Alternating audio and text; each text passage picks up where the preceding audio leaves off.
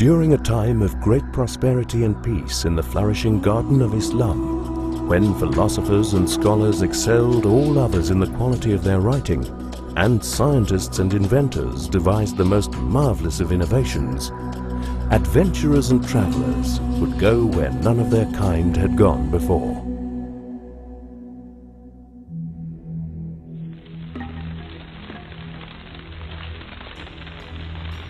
Around the year 1529, Ming Emperor Zheng burnt hundreds of logbooks, the final act in destroying evidence of China's supremacy in naval power.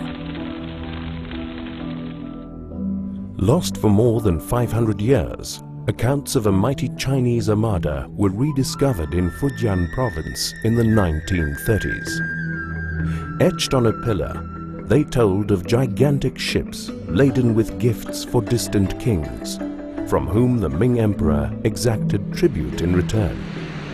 Between 1405 and 1433, the treasure fleet set out on 7 voyages into the unknown.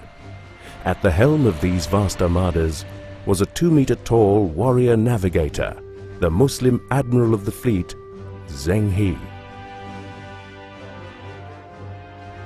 By the end of his final voyage, his fleet had covered over 50,000 kilometers, having anchored in the most famous ports of the time.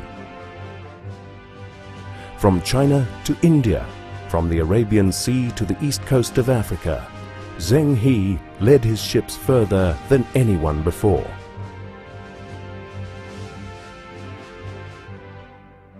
Following the religion of Islam, young Zheng grew up in Kunyang, part of the then Mongol Empire.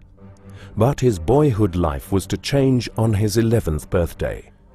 In 1382, when imperial Ming armies conquered Kunyang, Zheng was captured and made a eunuch page of a prince, Zhu Di. As fortune would have it, when Zhu Di seized the Chinese throne, Zheng became his confidant. First rebuilding the Great Wall, Zhu Di then embarked on a massive shipbuilding program and appointed Zheng as Admiral of the Western Seas, ordering him to go beyond the horizon. Comprising almost 28,000 men and over 300 ships known as swimming dragons, Zheng fleets included massive treasure galleons, which were technological marvels of the age.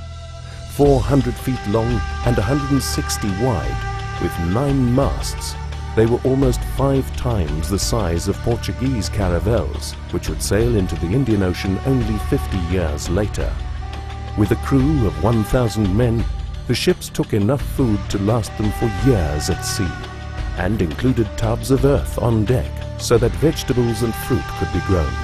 Beneath were kept the treasures with which to impress their hosts, while within watertight holds, horses were stowed for the cavalry. Zheng often astonished his emperor by returning with extravagant tributes, of which the most amazing was acquired on his 4th voyage in 1414. In the kingdom of Bengal, Zheng persuaded the ruler to part with an animal given him by an African king.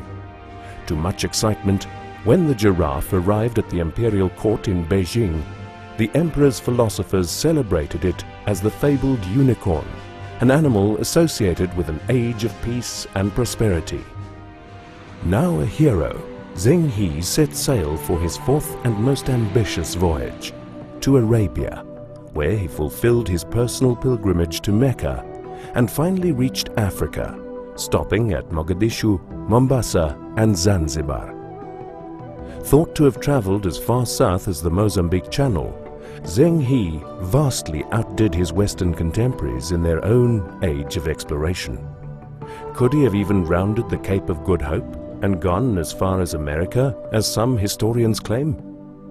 But after his death at sea on his 7th and final trip in 1433, a new emperor assumed the throne of the Ming dynasty and began to dismantle Zheng's navy, with the effect that China went from being a superpower into isolation. Yet Zheng epic voyages of adventure are remembered by porcelain shards which still wash up on the beaches of East Africa, and the etchings on the pillar left in a temple signed by the Admiral of the Western Seas.